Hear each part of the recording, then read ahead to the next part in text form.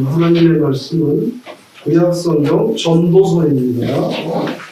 전도서 9장 13절에서 15절, 구약성경 957페이지,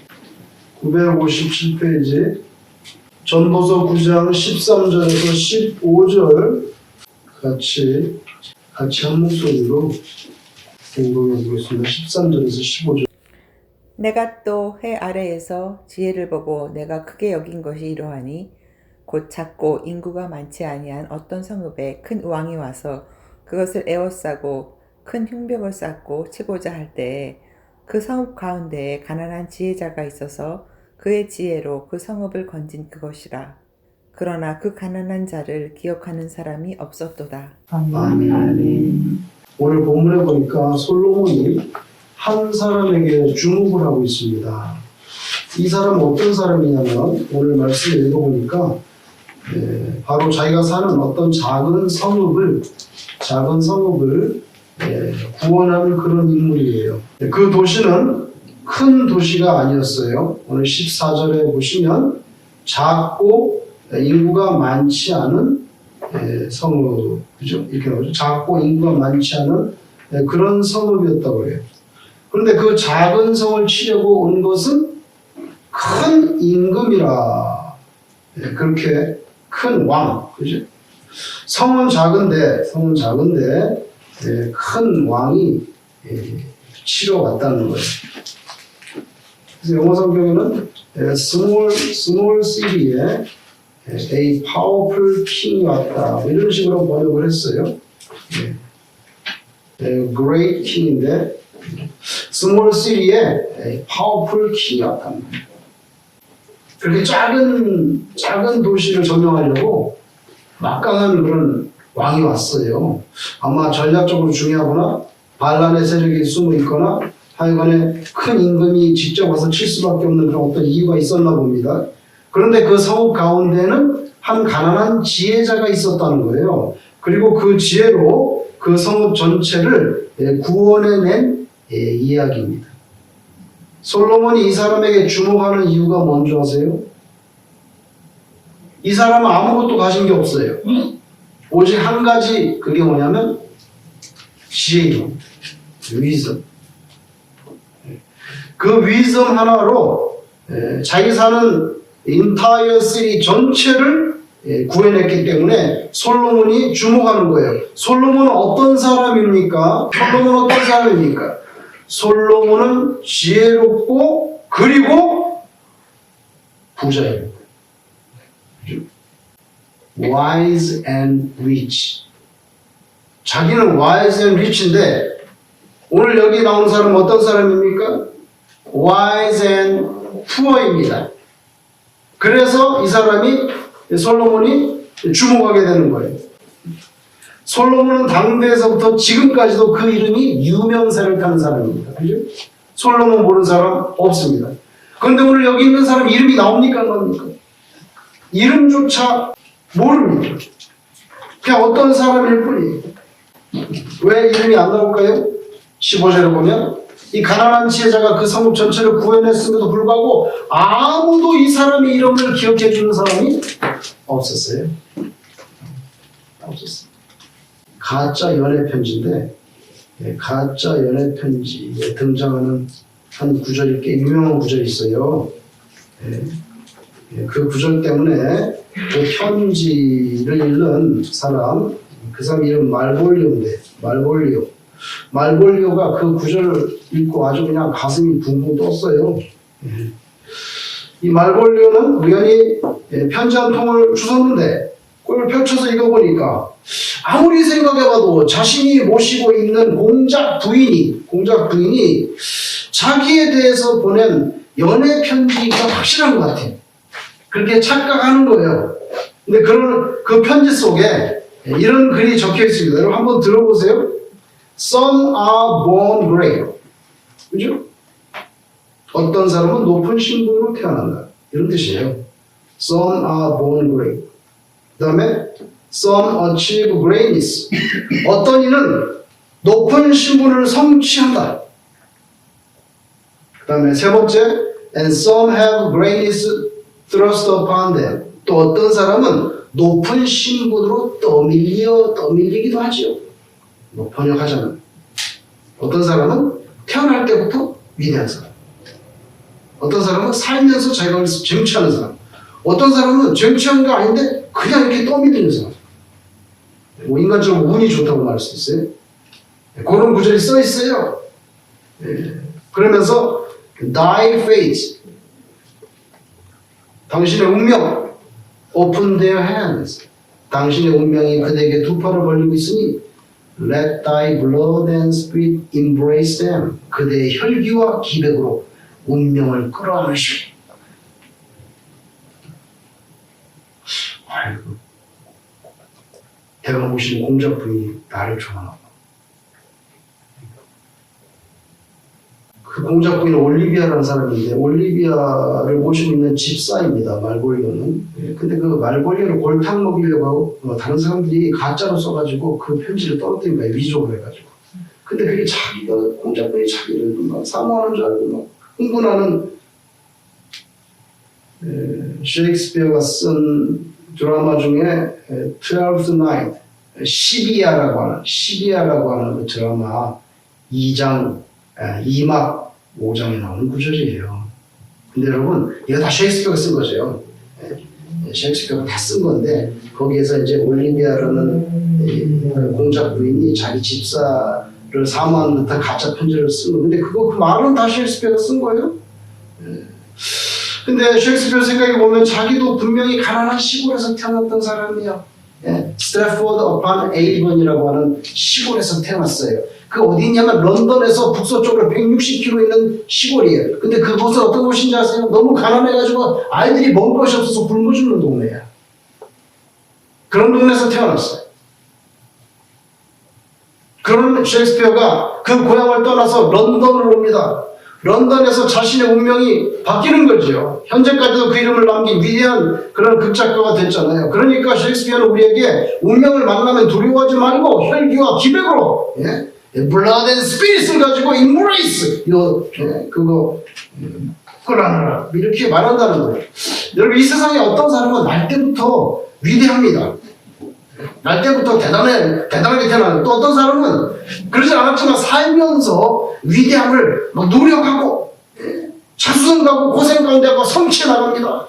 근데 또 어떤 사람은 그 위대함이라는 게 그냥 그 사람에게 던져지는 거예요. 이렇게 떠밀려서 제가 위대해지는 거예요. 그런 인생이 있다는 거예요. 상당 일리가 있는 말이죠. 오늘 본문에 오직 단 한 가지 지혜만 가지고 온 성읍 전체를 살려낸 이 가난한 사람에 대한 얘기 나오죠. 이 사람은요, 솔로몬이 볼 때 솔로몬이 가지고 있었던 권력이라든지 지위라든지 병력, 병기, 명예, 부, 특권 아무것도 가지지 않은 사람이에요. 오직 지혜만 가지고 있던 사람이에요.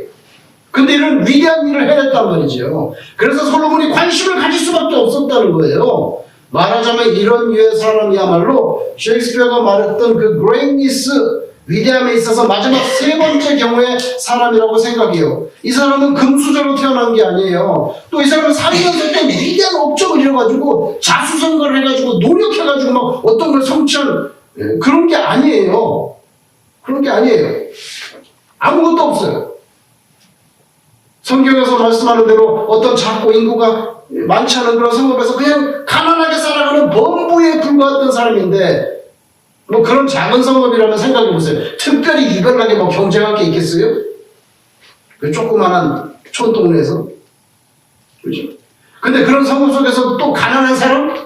인간적으로 보면 정말 하류 인생에 불과한 사람. 그럼에도 불구하고 한 가지 주목할 것, 그에게 어떤 보이지 않는 능력, 영향력이, 그 어떤 위대함이 그에게 일방적으로 주어지는 그런 일이 일어났다는 거예요. And some have greatness thrust upon them.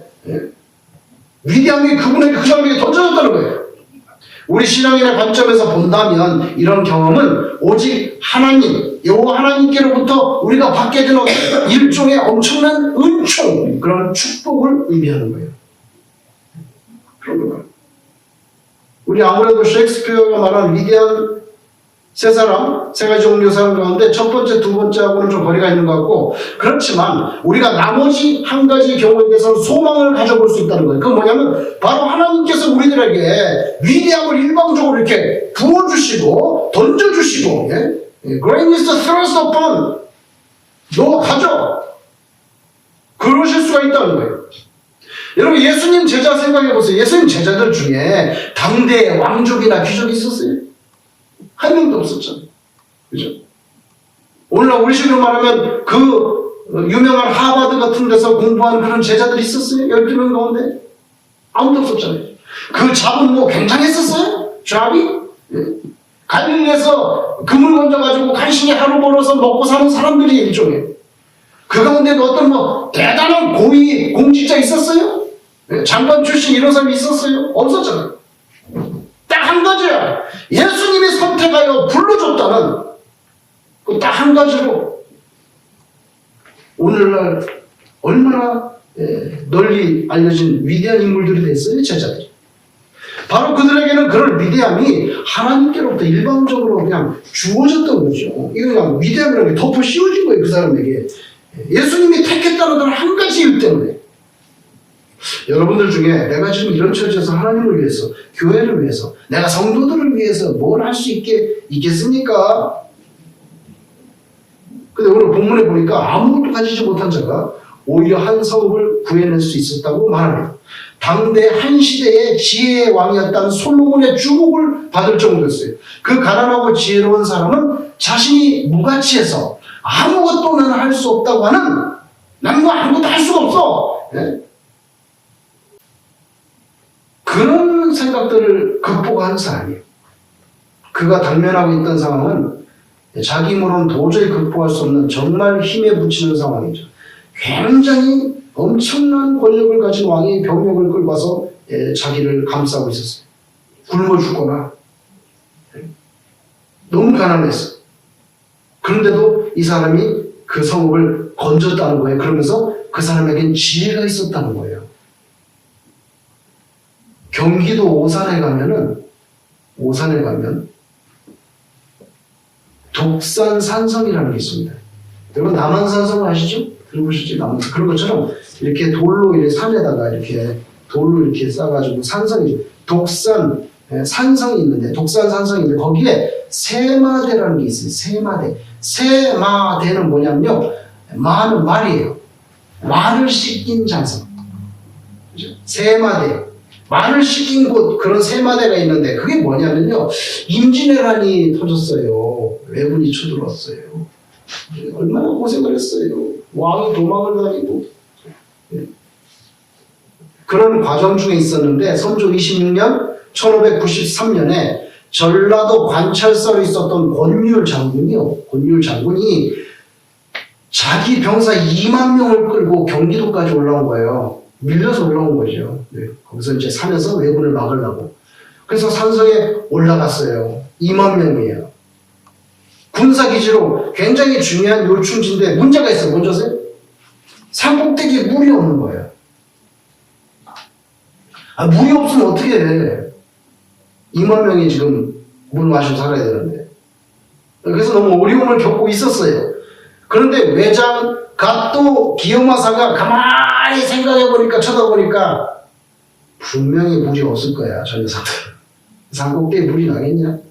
그걸 알았던 거예요, 이게. 갓도 기요마사가 독산산성의 축주한 성에 물이 없을 것이라고 짐작하고요, 물 한 지게를 선물로 보냅니다. 조선군을 조롱하는 거예요. 목마르지?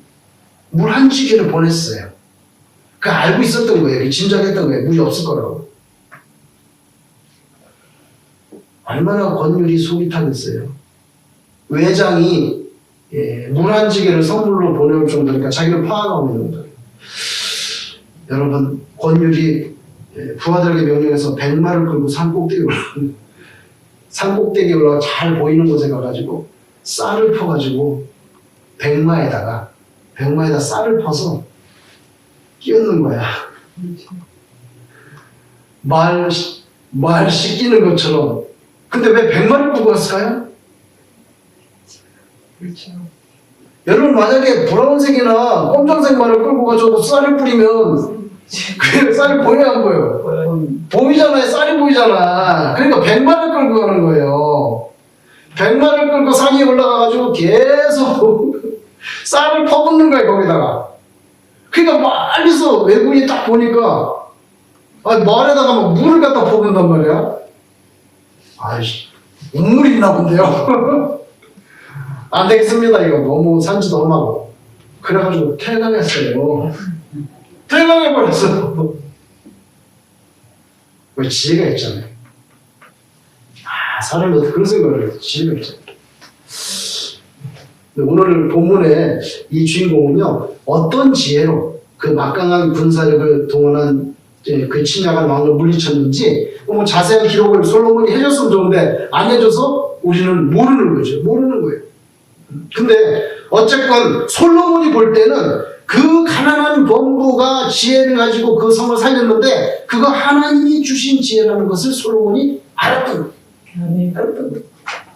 여러분, 구약 성경에서 특별히 잠언이라든지 전도서라든지 이 책의 주제는 뭡니까? 지혜입니다. 지혜입니다.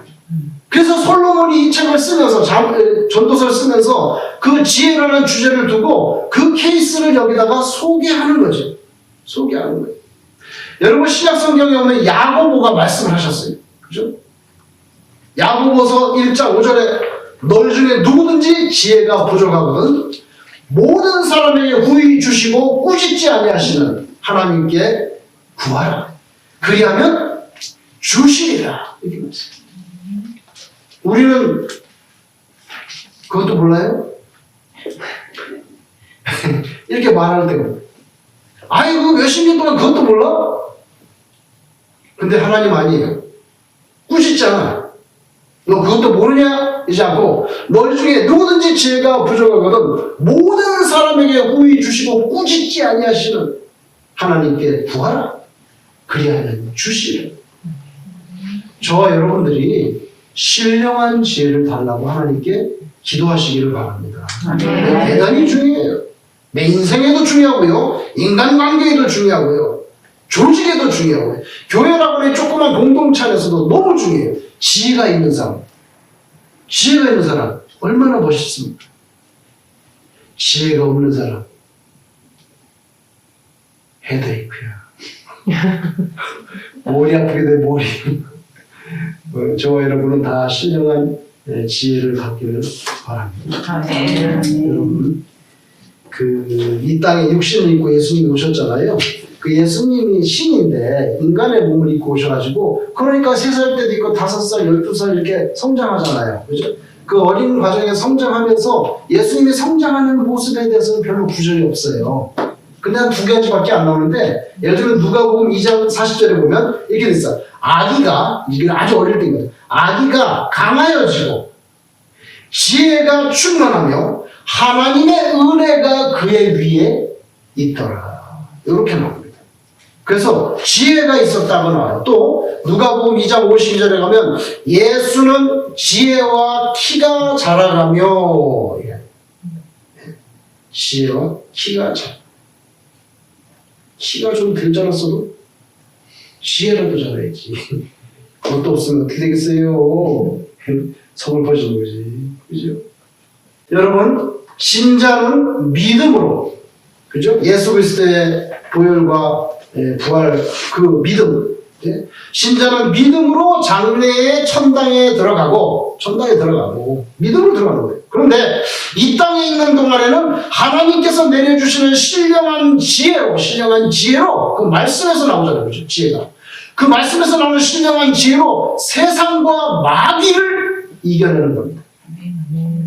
네, 여러분은요, 별 의미 없이, 그저 어쩌다가 이 세상에 태어나가지고 내가, 대충 그냥 5역 7정의 삶, 실정, 희노애락 애오요, 이 7정, 7가지 감정에 기웃거리다가, 어느 날 문득 때가 되었는지 호련히 뒤돌아서서 액자 속, 초상화 속으로 쏙 들어가더니 땅에 묻혀버리는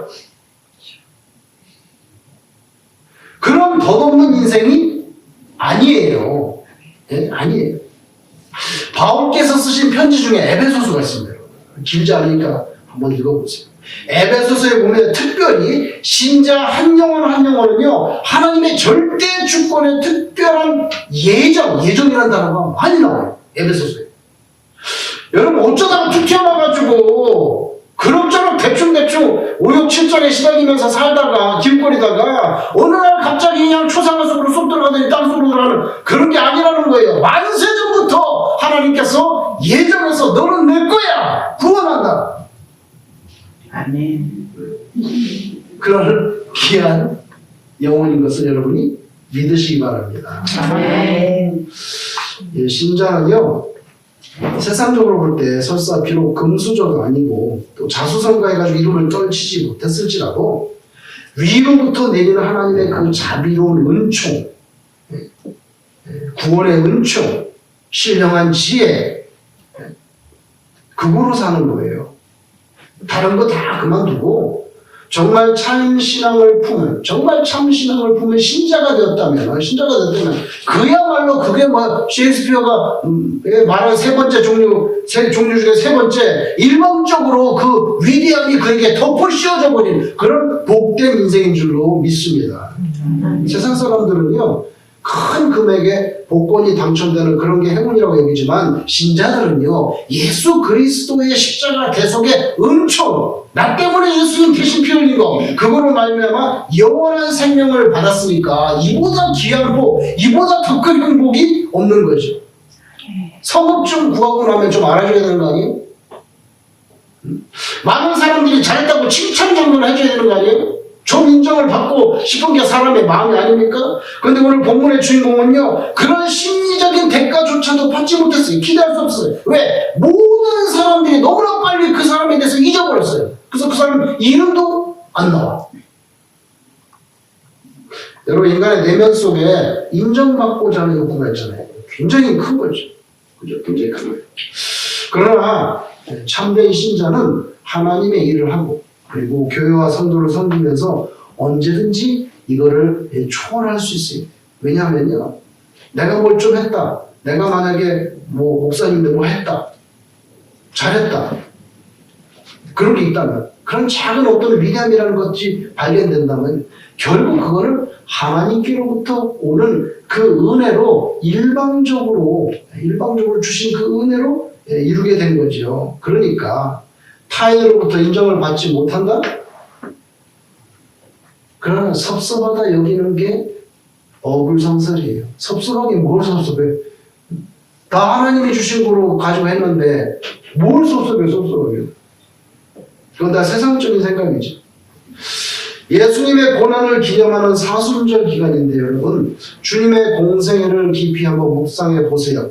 예수님 하나님의 아들이셨지만 그 삶이 전혀 이지하지 않았습니다. 생각해 보세요. 많은 병을 고쳐줬습니다. 먹여주셨습니다. 선을 베푸셨지만 돌아온 것은 칭찬이 아니라 비난과 모략, 걸핏하면 죽이려고 그러고, 그걸 당하셨죠? 명백히 방 한 칸이 없어서 인자는 머리 둘 곳이 없다고 본인 입으로 말씀하셨죠. 그죠? 돈 없어요. 여러분, 유대인은요, 남자가 성인이 되면은, 나이가 되면 율법에 따라서 성전세라는 걸 내야 됩니다. 유대인들, 그 당시. 근데 이거 우리 한국식으로 말하자면 일종의 유대인 주민세랑 마찬가지예요. 주민세. 저 기억나요? 한국에서 중고등학교 무슨 주민세를 내라고 통보하셨고, 내가 주민이 된다면 세금을 내는 거냐, 근데 우리가 이런 생각이 드는데, 이거 성전세. 근데 그게 큰 돈이 아니거든요. 해프세계는 큰 돈이 아닌데 예수님이 그거 낼 돈이 없어요. 베드로에게 가가지고 낚시해. 그러면 물고기 하나 딱 올라올 거야. 제일 처음에 올라온 물고기 입을 딱 벌리면 거기 동전이 있을 거야. 그러니까 네 거랑 내 거랑 합해가지고 내라. 예수님이 그거 있었으면은 그렇게 했겠어요? 온 우주 만물의 창조주신데 그 주인께서 당대에 겨우 노예 한 사람 값에 해당되는 은 30개, 은 30개. 그것도 자신이 3년간 직접 가르치고 키운 측근 12제자 중 한 사람인 가룟 유다의 물욕에 의해서 은 30개, 그 물욕에 의해서 배반당하시고 팔리신 분이에요. 우리가 그 은혜로 지금 살고 오늘 본문의 이 무명의 한 사람처럼 그가 하나님의 은혜로 받은 지혜로 성읍 전체를 구하는 놀라운 체험을 한 것처럼 여러분의 인생에 있어서도 바로 다른 그 어떤 다른 누구가 아니라 여러분 자신을 통해서 온 천하보다도 귀하다고 하는 그 한 영혼을 구원하시고 혹은 여러분의 가족을 구원하시고 교회의 부흥 같은 그런 놀라운 역사가 체험되어질 수 있기를 축원합니다. 아멘. 지금부터 한 10년, 20년 지나서 먼 훗날 여러분이 다시 이렇게 고개를 이렇게 돌려서 곱씹어 묵상해 볼 때 지나고 보니까 결과적으로는 정말 아름다웠어 그때 정말 하나님의 은혜였지 그게. 그렇게 말하게 될 그런 현재의 도전거리로부터 도망치지 마시고 나는 아무것도 할 수 없다고 하는 그런 비하감은요 하나님 앞에서 이게 불신앙일 수가 있어요. 불신앙. 예수의 피로 샀는데 자기는 별 볼일 없는 존재라고 생각해요. 그럼 어떻게 보고? 안 되죠. 그런 거 벗어 던지시고요. 오직 하나님께 예배하시면서 인생을 믿음으로 설계해 가시기를 그런 복된 인생 되시기를 주의 이름으로 축원합니다. 아멘. 기도하겠습니다.